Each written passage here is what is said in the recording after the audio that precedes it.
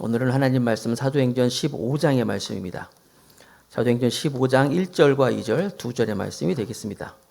신약성경 제성경으로 212페이지 사도행전 15장 1절과 2절의 말씀을 제가 받들어 봉독합니다. 어떤 사람들이 유대로부터 내려와서 형제들을 가르치되 너희가 모세의 법대로 할례를 받지 아니하면 능히 구원을 얻지 못하리라 하니 바울과 바나바와 저희 사이에 적지 아니한 다툼과 변론이 일어난지라. 형제들이 이 문제에 대하여 바울과 바나바와 및 그 중에 몇 사람을 예루살렘에 있는 사도와 장로들에게 보내기로 작정하니라. 아멘. 오늘은 건강한 교회라는 제목으로 말씀을 전하겠습니다. 건강한 교회. 모든 목회자들 또 모든 성도들의 꿈이 있다면 자기가 출석하는 교회, 자기가 몸담고 있는 교회가 좋은 교회가 되는 게 꿈이에요. 그렇지 않습니까? 좋은 교회. 또 그 좋은 교회는 또 어떤 교회냐? 저는 목회를 처음에 시작하면서 내가 교회를 하게 되면 어떤 교회를 할 거냐 할 때 한마디로 건강한 교회라고 생각했어요. 사람들도 건강한 사람이 정말 이렇게 삶을 힘있게 잘 살 수 있는 것처럼 공동체도 이와 같이 건강한 교회를 하나님께 드리는 것이 내게 주신 하나님의 사명이다. 그래서 말씀과 성령으로 행복과 자유를 누리는 이런 모토를 가지고 출발했는데 오늘 말씀을 들으면서 여러분들이 건강한 교회, 과연 건강한 교회가 무엇인가 한번 말씀을 통해서 답을 찾고 우리 스스로도 한번 그 문제를 가지고 한번 고민하고 또 하나님께 또 건강한 교회를 위해서 나갈 수 있는 우리 모두가 되길 바라겠습니다. 자, 사도행전 14장까지 봤습니다. 오늘 15장인데 사도행전 14장까지 보면은 안디옥 교회에서 바울과 바나바를 이제 세워서 그들을 이제 출발시키는 그런 모습이 등장합니다. 지도를 보면 아시겠지만 안디옥 교회는 수리아 안디옥이라 가지고 수리아 지역에서 있는 교회였습니다. 그래서 지도에 수리아 지역 있는 그 안디옥 교회가 이제 구브로라는 섬이 있습니다. 이제 저기 하얀색으로 표시가 나온 것처럼 구브로 섬, 그러니까 수리아라는 지금 시리아 그 지역에 있는 안디옥 교회에서 구브로 섬을 해서 이제 배를 타고 올라가서 이제 버가라는 곳에 그것이 이제 밤빌리아 지역입니다. 우리나라 같으면 지금 서울, 뭐 경기도, 충청도, 경상도 뭐 이렇게 해가지고 뭐 예를 들어서 부산을 갔다 온다 그러면은 수리아, 그다음에 그 저기 나와 있는 것처럼 그 구브로라는 지역, 그다음에 밤빌리아, 위로 쭉 올라가면 비시디아라는 지역을, 그리고 마지막으로 루가오니온이라는 이런 지역을 이렇게 바울이 1차 전쟁을 하는 거예요. 대표적인 이제 지역이 있다면은 이제 수리아는 출발한 곳이 이제 안디옥이지요. 그다음에 구브로 섬, 바보, 뭐 살라미 이런 지역을 해가지고 밤빌리아 지역의 버가라는 곳을 항구에서 시작해가지고 이제 그 비시디아 지역에 있는 안디옥. 처음에 출발은 시리아 안디옥. 그다음에 경유하는 곳은 비시디아 안디옥. 그래서 루가오니온이라는 곳을 통해서 이고니온, 루스드라, 더베까지 가는 거예요. 바울이 갈 때 여행을 정해놓고 간 게 아니었죠. 성령의 인도하심을 따라 갔는데 대부분 가는 곳마다 핍박이 있었어요. 구브로에서도 그랬죠. 어려움이 있었고, 버가에서 비시디아 안디옥 갔을 때 안디옥에서도 바울의 거기 첫 설교가 나오잖아요. 그런 사람들이 믿는 사람이 있었지만 또 유대인들이 또 귀부인과 유력한 사람들을 막 충동해가지고 바울을 막 죽이려고 했을 때, 그래서 그가 이제 루가오니안 지역에 이제 이고니온으로 간 거예요. 이고니온에서도 역시 회당에서 말씀을 증거할 때 많은 사람들이 믿었어요. 그 성에서 그러니까 바울과 바나바를 선교를 통해서 믿는 사람이 있는가 하면은 반대로 또 유대인들이 또 반대하는 거예요. 그래서 그들이 돌로 치려고 했을 때 그것을 알고 이 바울과 바나바가 또 루스드라는 곳으로 또 옮기잖아요. 그러니까 피해 가는 거예요. 루스드라에서는 아시는 것처럼 안전뱅이도 고치고 사람들이 막 신처럼 하실 때 아니다 막 이런 일도 있었지만 결국 이고니온에서 온 그 유대인들이 루스드라의 사람들을 막 또 이렇게 초인했다 그러잖아요. 막 충동해가지고 결국 루스드라에서는 돌에 맞고 죽은 것처럼 이제 죽어서 이제 갖다 버리고 살아나고 그곳에서 또 유하다가 더베라는 곳으로 마지막 이제 종착지가 이제 더베. 거기서 이제 더베에서 이제 보세요. 더베라는 곳에서 조금만 더 가면 다소가 있어요. 바울의 고향. 거기서 조금만 더 가면 이제 안디옥이 있는 거예요. 처음 출발했던 안디옥. 그리고 올 수 있는데 육지로 굳이 그렇게 올 수 있는데도 바울과 바나바는 더베에서 다시 왔던 길을 돌아가는 거예요. 더베에서 루스드라로 자기가 돌 맞았던데 끔찍한 기억이 있는데 그곳에 또 갔다가 이고니로 가서 안디옥으로 올라가서 다시 쭉 내려와서 버가에서 이제 배를 타고 다시 이제 처음 출발했던 안디옥으로 가고 있습니다. 왜 이렇게 번거롭게 했을까? 바울은 편하게 이렇게 선교하는 것이 그분의 생각이 아니라 자기가 가면서 복음을 전하고 믿었던 사람들 또 그 교회들마다 다시 한번 또 장로들을 세우잖아요. 가면서 돌아오면서 장로들을 세워가지고 리더들을 세워가지고 그들을 교회를 더 든든히 하고 그의 생각은 오로지 복음 그리고 복음을 듣고 하나님의 백성이 된 사람들 이 하나님의 일에 대한 생각밖에 없었어요. 그 열정밖에 없었던 것이죠. 자기를 통하여서 열방이 주께 돌아오는 것을 기뻐하는 사람이 바로 바울과 바나바 두 사람이었습니다. 축복송에도 그런 게 있어요. 당신은 하나님의 은혜 안에 있는 축복의 통로 당신을 통하여서 열방이 주께 돌아오게 되리. 여러분 이것이 축복송으로만 끝나는 것이 아니라 우리의 삶도 나로 인해 가지고 다른 사람이 주께로 돌아오는 그런 일들이 있을 때 내 생애가 정말 가치 있는 거예요. 주변에 하나님을 알지 못하는 사람 또 죄에 잡혀서 자유함이 없는 사람 그들에게 가서 그리스도를 전하고 예수의 생명이 그 안에 들어가고 그가 하나님의 자녀가 된다고 한다면 내가 그 사람께 드렸던 어떤 한 시간이라든지 그 사람을 위해서 기도했던 시간들은 나머지 내가 있었던 많은 시간들보다 훨씬 가치 있는 시간이 될 수 있다는 것을 여러분 믿으시기 바랍니다. 수많은 지금 해외에 나가 선교하시는 선교사님들 그분들이 정말 이런 마음을 가지고 나가는 거예요. 해외에 나가서 그리스도를 전하고 복음을 증거하고 또 그분들은 그런 가치가 있기 때문에 한 분 한 분 보면은요 굉장히 훌륭한 분들이거든요.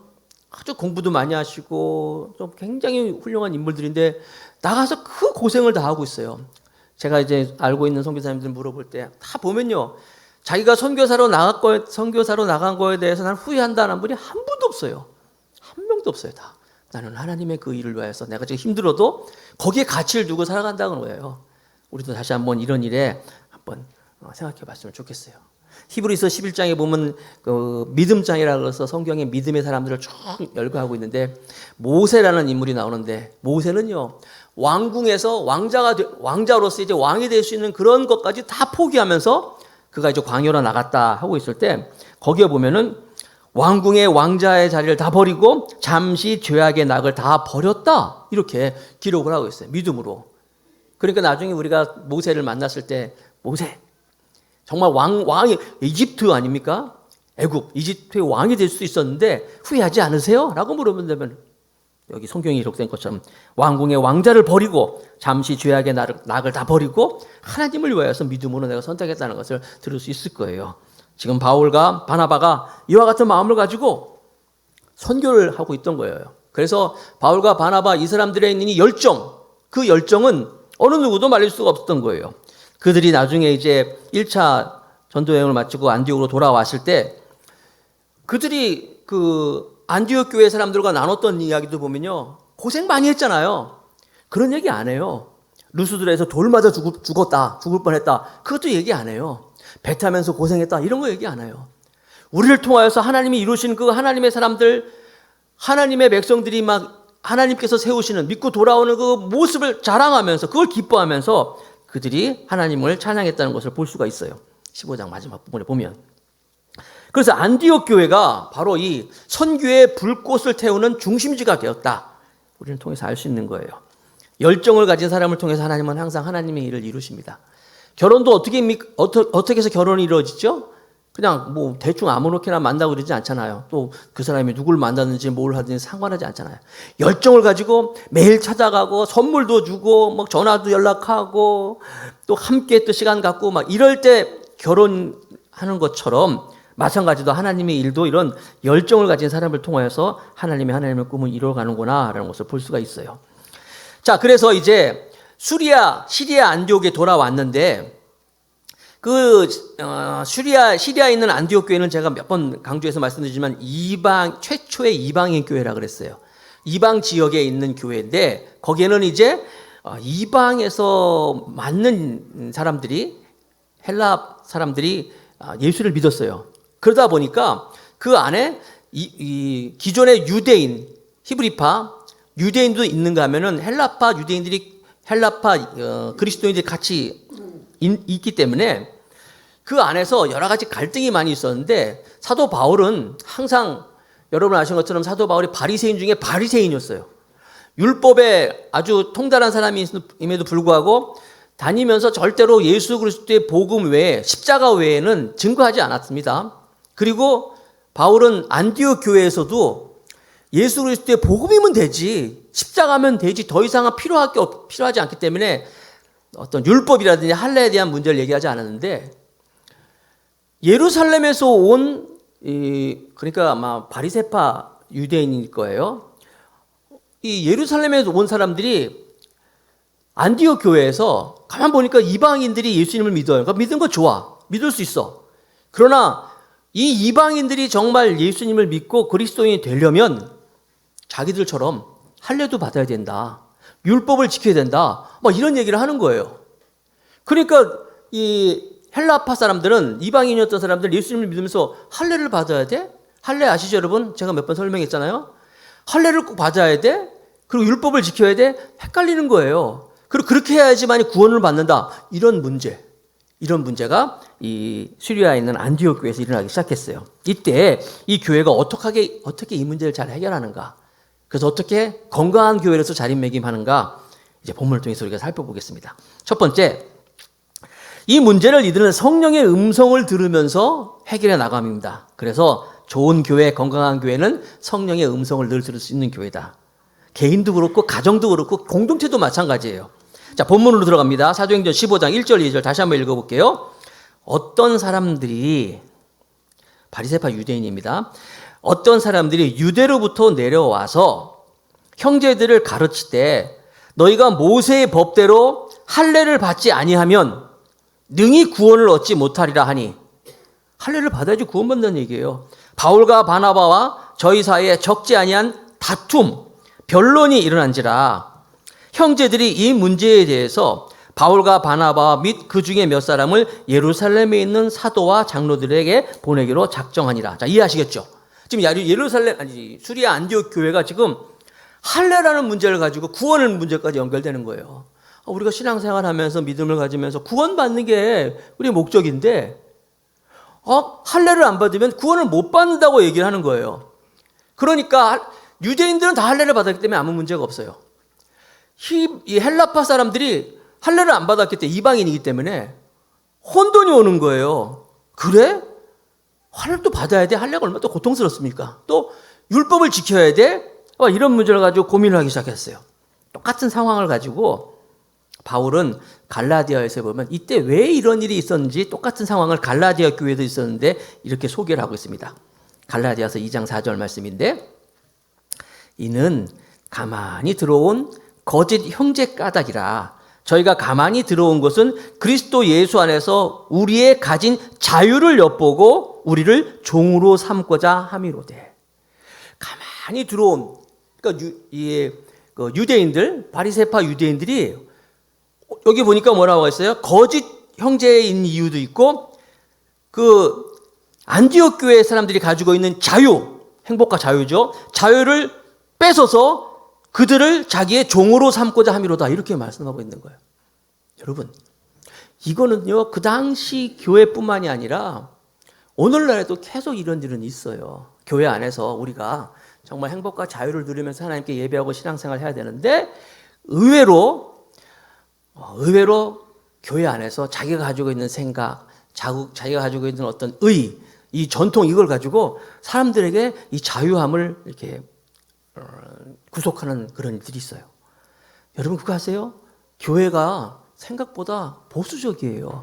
뭐가 바뀌고 변화되는 것에 대해서 교회가 잘 안 바뀌는 경우가 있어요. 목사님들이 어떻게 하면 교회를 좀 변화시킬까? 변화를 좀 공동체 어떻게 하면 교회를 변화시킬까 할 때 굉장히 힘들어하는 것을 이제 들을 수가 있어요. 오늘날 우리가 누리고 있는 이런 여러 가지 교회 문화적인 것도요. 많은 어려움 통해서 이렇게 이루어진 것이 여러분 쉽게 한번 얘기해 볼까요? 교회 음악도요. 얼마나 많은 그 어려움 가운데서 오늘 우리가 이렇게 막 자유하는지 아세요? 예를 들어서 우리 같이 이렇게 모여서 찬양하잖아요. 우리 같이 이렇게 회중 찬양하잖아요. 이렇게 같이 노래 부르잖아요. 이거 옛날엔 이런 일이 없었어요. 같이 노래 부르는 것 자체를 못 하겠어요. 죄인이기 때문에. 종교개혁, 15세기잖아요. 종교개혁 이후에 우리가 같이 노래를 부르기 시작했다는 거예요. 그전에는 노래 못 불렀어요. 죄인이 어떻게 하나님을 노래하냐 이거예요. 그래서 누구만 할 수 있느냐? 변성이 되지 않은 남성, 변성이 안 된 미성의 아이들만 노래할 수 있지, 여자들은 아예 노래 못했어. 여자들은 아예 죄인이기 때문에 여자들은 노래할 생각도 못했고, 남자도 목소리가 탁해지잖아요. 이제 변성을 하면. 그러면 안 되는 거예요. 변성이 안 된 그런 사람, 남자만 노래하게 했어요. 교회 안에서. 우습죠. 심지어 그래가지고 교회가 그런 교회에서 노래하는 남성들을 계속 만들기 위해서 변성이 되지 않도록, 여러분 그거 아십니까? 이렇게 옛날에 왕궁에 가면은 내시라고 있죠. 내시들이 하면 어떤 그 내시들을 수술을 하잖아요. 내시들 수술하면 내시들이 목소리가 어때요? 아니 상감마마 변성이 안 되잖아요. 그런 일들이 교회에도 있었어요. 교회의 역사에. 왜? 하나님을 찬양하겠다는 그런 명목하에서. 우습지 않아요? 심지어 여러분, 남성, 이렇게 남자, 여자가 함께 혼성으로 이렇게 노래 부른다는 그것도 불경이었어요. 놀라지 마세요. 남자, 여성이 함께 이렇게 혼성으로 노래 부를 수 있는 게 1774년 미국에서 처음 불렀어요.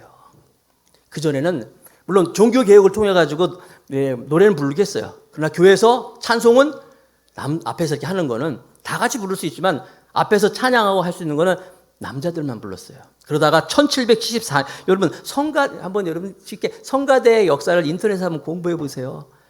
1774년부터 남성, 여성이 혼성으로 부르기 시작했지 그전에는 그럴 수도 없었다는 거예요. 여러분 이 변화가 이렇게 쉽지 않은 거였어요. 교회 안에서 여러분 드럼이 성전에 올라와 있다는 거, 이거 여러분 우리 교회는 시작부터 막 드럼하고 막 처음부터 시작을 했잖아요. 이거 얼마 안 돼요.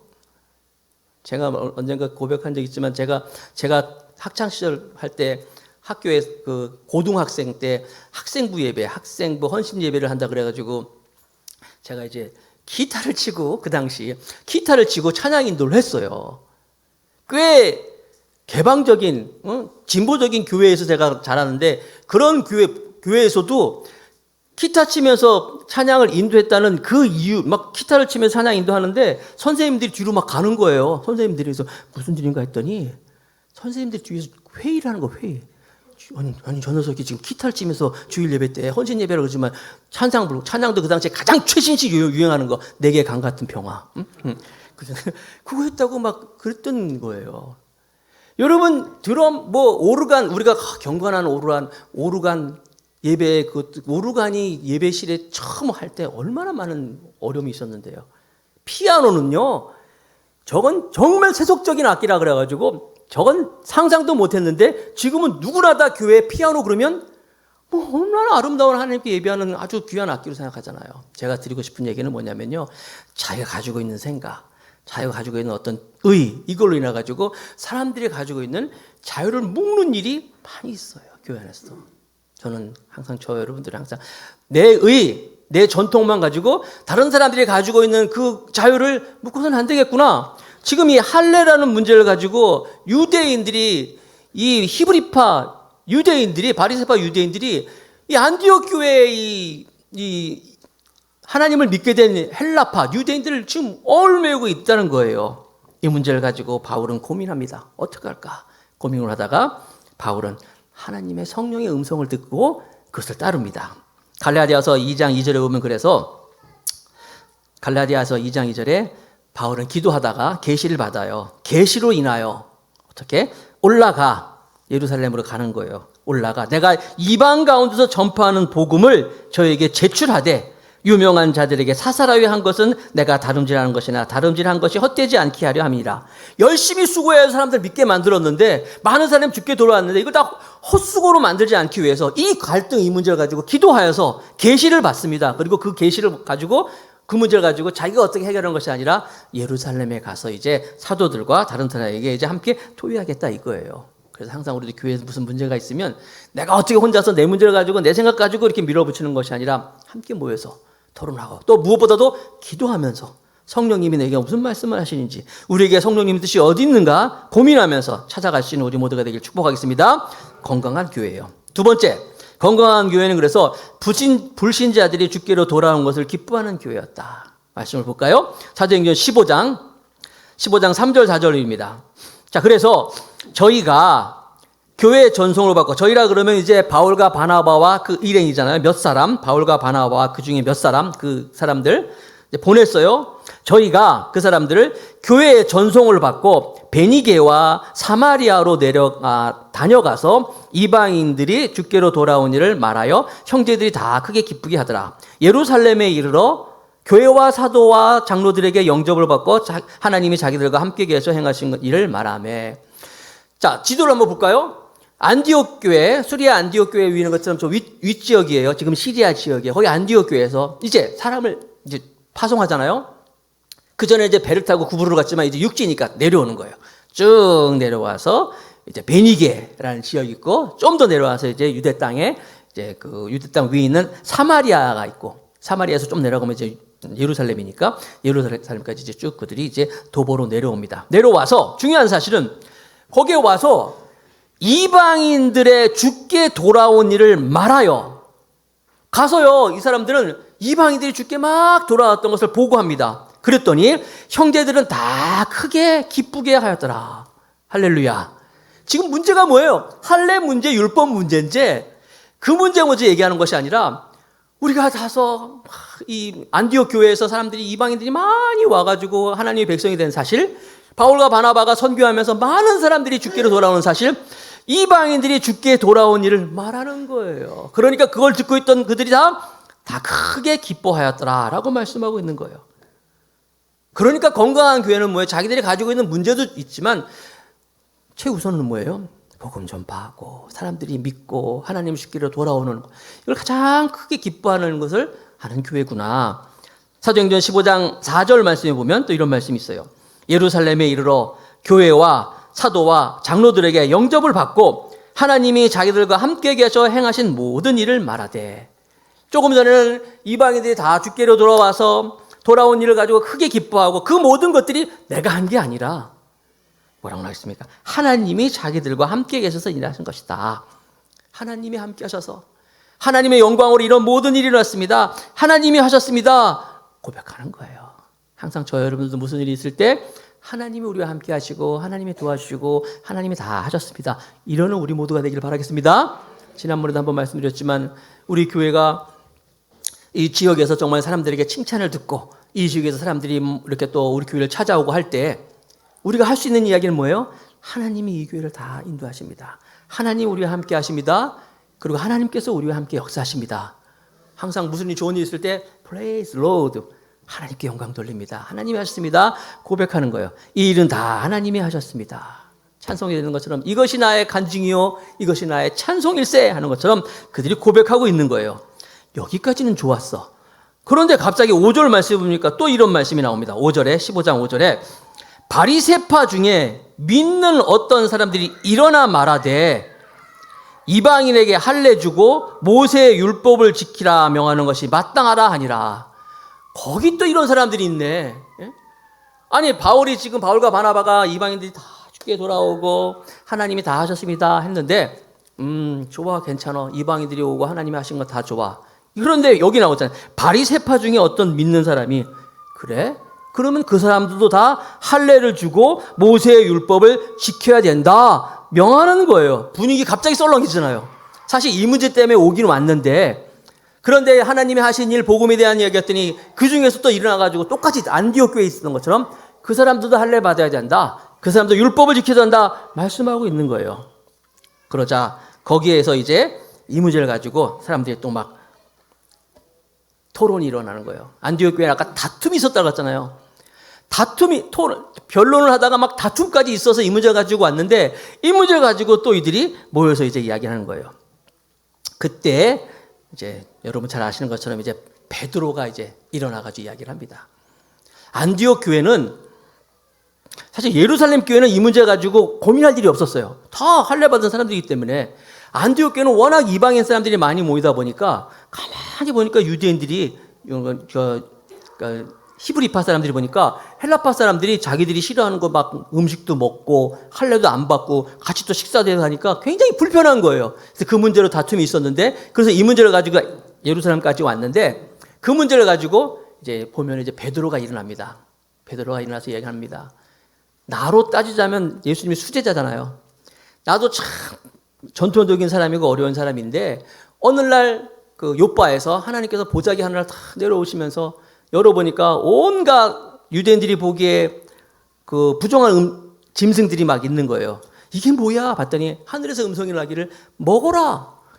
이걸 어떻게 먹습니까? 나 못 먹습니다. 계속 너 먹어라. 3번이나 그런 일이 있었어요. 먹어라 얘기하면서 나 못 먹겠습니다. 하나님이 내가 정하다고 한 것을 네가 왜 부정하다 하느냐. 그렇게 말씀하시고 나서 가이사라에서 고넬료에서 사람들이 보내왔잖아요. 그러면서 이제 고넬료의 집안에 가서 이제 복음을 전하고 말씀을 전할 때 깜짝 놀란 거예요, 베드로가. 아니, 할례도 받지 않은 이방인들이 복음을 전하였을 때 어쩜 이렇게 똑같이 성령이 임하느냐. 그리고 거기 보면 또 방언이 나옵니다. 이들이 이방인들도 예루살렘에서 사도행전 2장에 나왔던 것처럼 똑같은 방언의 역사가 막 나오면서 똑같은 메시지가 선포되는 걸 보면서 베드로가 생각이 바뀐 거예요. 아, 그렇구나. 이방인들도 성령이 임하는구나. 또 방언을 하는구나. 똑같은 역사가 있구나. 그걸 얘기하는 거예요. 이제 베드로가 일어나가지고 내가 예전에 나도 10여 년 전에 이런 일이 있었는데 이방인들을 내가 전하고 복음 전파해도 이런 일이 있었다. 그런 얘기를 쭉 합니다. 바로 이어가지고 그 이야기를 듣고 또 누가? 바울과 바나바가 또 얘기하잖아요. 자기들도 이제 그렇습니다. 제가 안디옥 교회는 물론이고 1차 전도여행을 갈 때 보니까 그 이방의 많은 사람들 그곳에서 복음을 전하였을 때 그 성령이 임하고 성령이 임함과 동시에 또 많은 사람이 죽게 돌아오고 이런 일이 있었습니다. 또 증언을 하는 거예요. 그러자 이제 베드로가 그런 얘기할 때 사도행전 15장 10절 11절 말씀에 이런 말씀이 있습니다. 그런데 지금 너희가 어찌하여 하나님을 시험하여 우리 조상과 우리로 능히 매지 못하던 멍에를 제자들의 목에 두려느냐. 왜 자유하지 못하게 하느냐 것이겠죠. 우리가 저희와 동일하게 주 예수의 은혜로 구원받은 줄을 믿노라 하니라.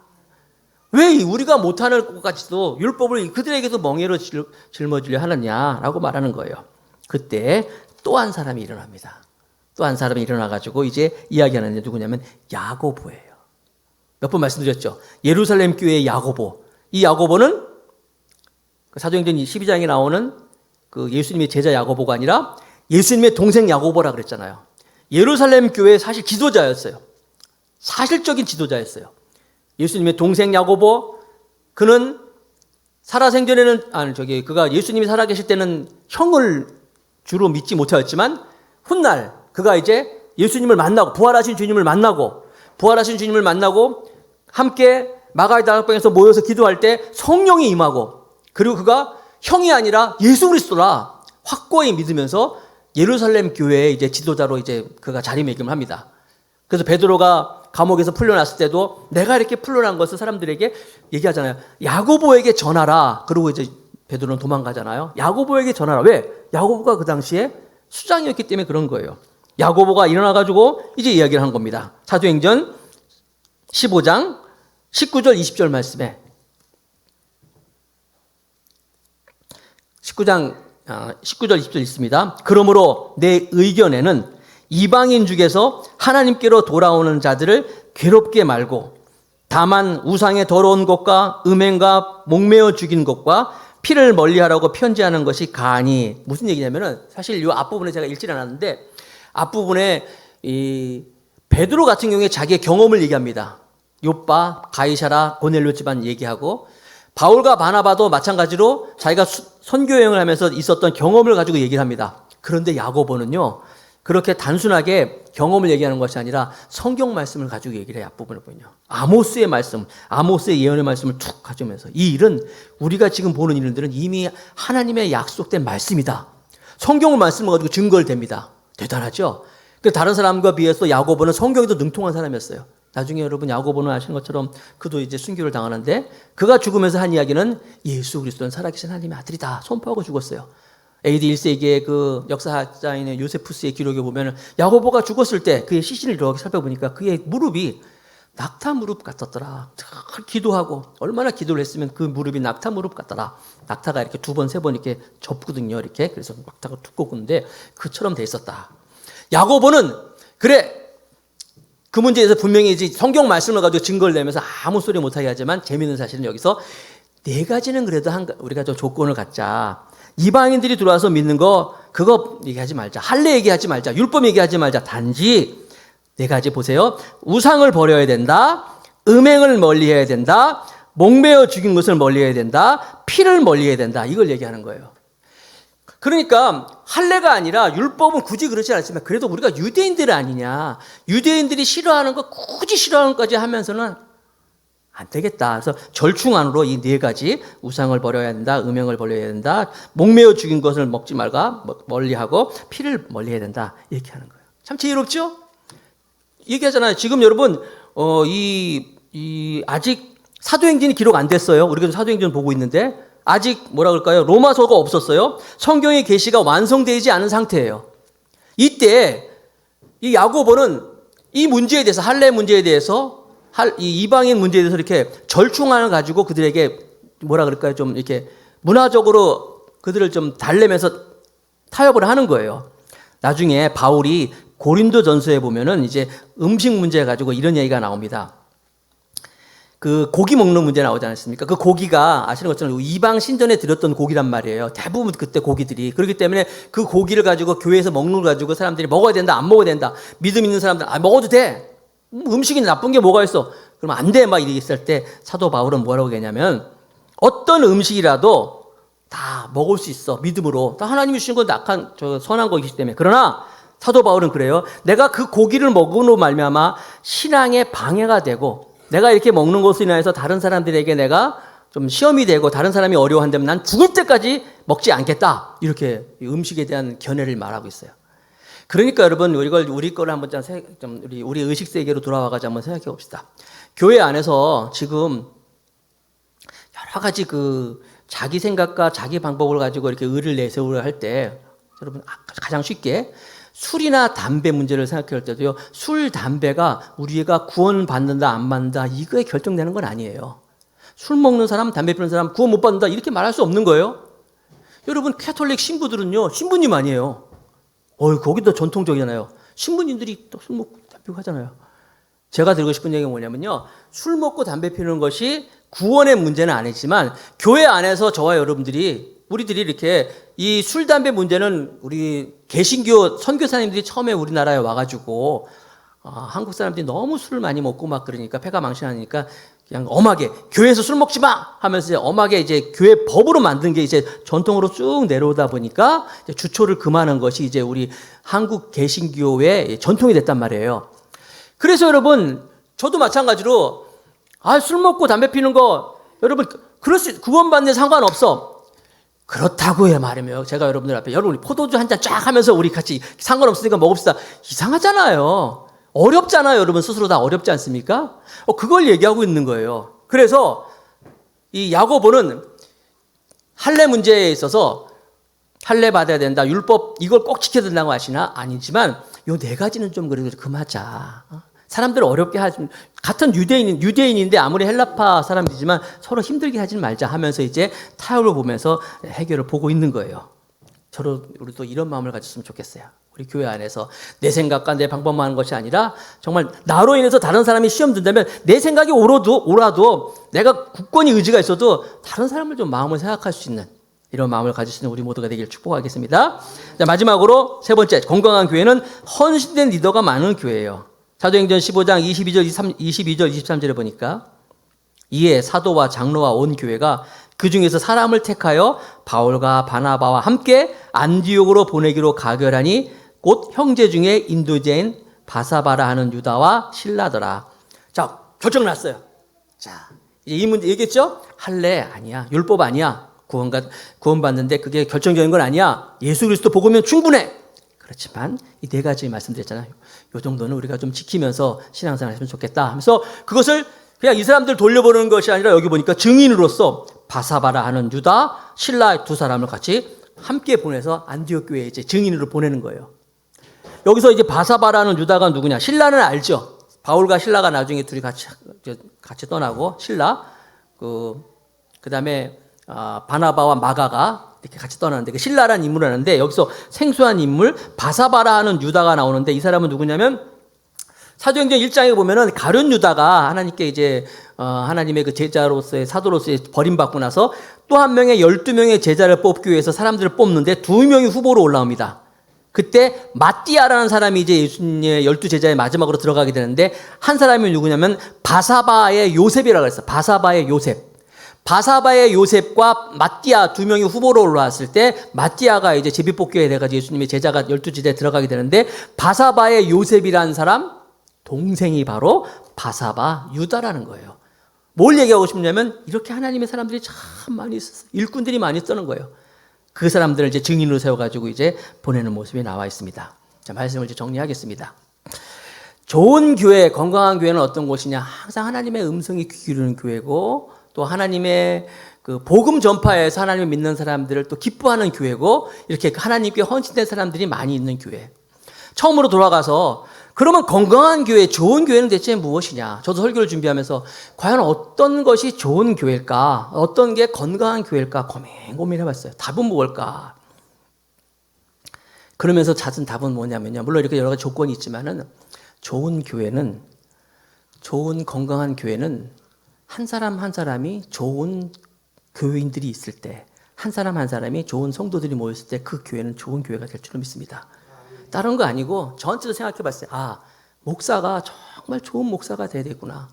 목사가 정말 하나님의 사랑 잡혀서 건강한 목사가 돼야 되겠구나. 그러면 우리 교회는 좋은 교회가 되겠구나. 여러분들도 좋은 교회, 뭐 건물이 좋고 뭐 사람들이 많은 사람들이 뭐 확실히 좋은 사람들이든지 뭐 젠틀한 사람이든지 이쁜 사람들이 인정하지 않으시나 여러분 자신이 한 사람 한 사람이 내가 참 좋은 성도가 되면 내가 성령의 사람이 되면 우리 교회는 좋은 교회가 되겠구나. 그런 사람들이 모여있는 교회가 좋은 교회고 건강한 교회가 될 수 있다는 거예요. 특별히 더 나아가서 정말 성령에 민감하고 또 구원받는 일에 우리가 기뻐하고 더 나아가서 한 사람 한 사람이 리더로 세워질 때 우리 교회가 하나님께 귀하게 쓰임받는 건강한 교회, 좋은 교회가 될 줄로 믿습니다.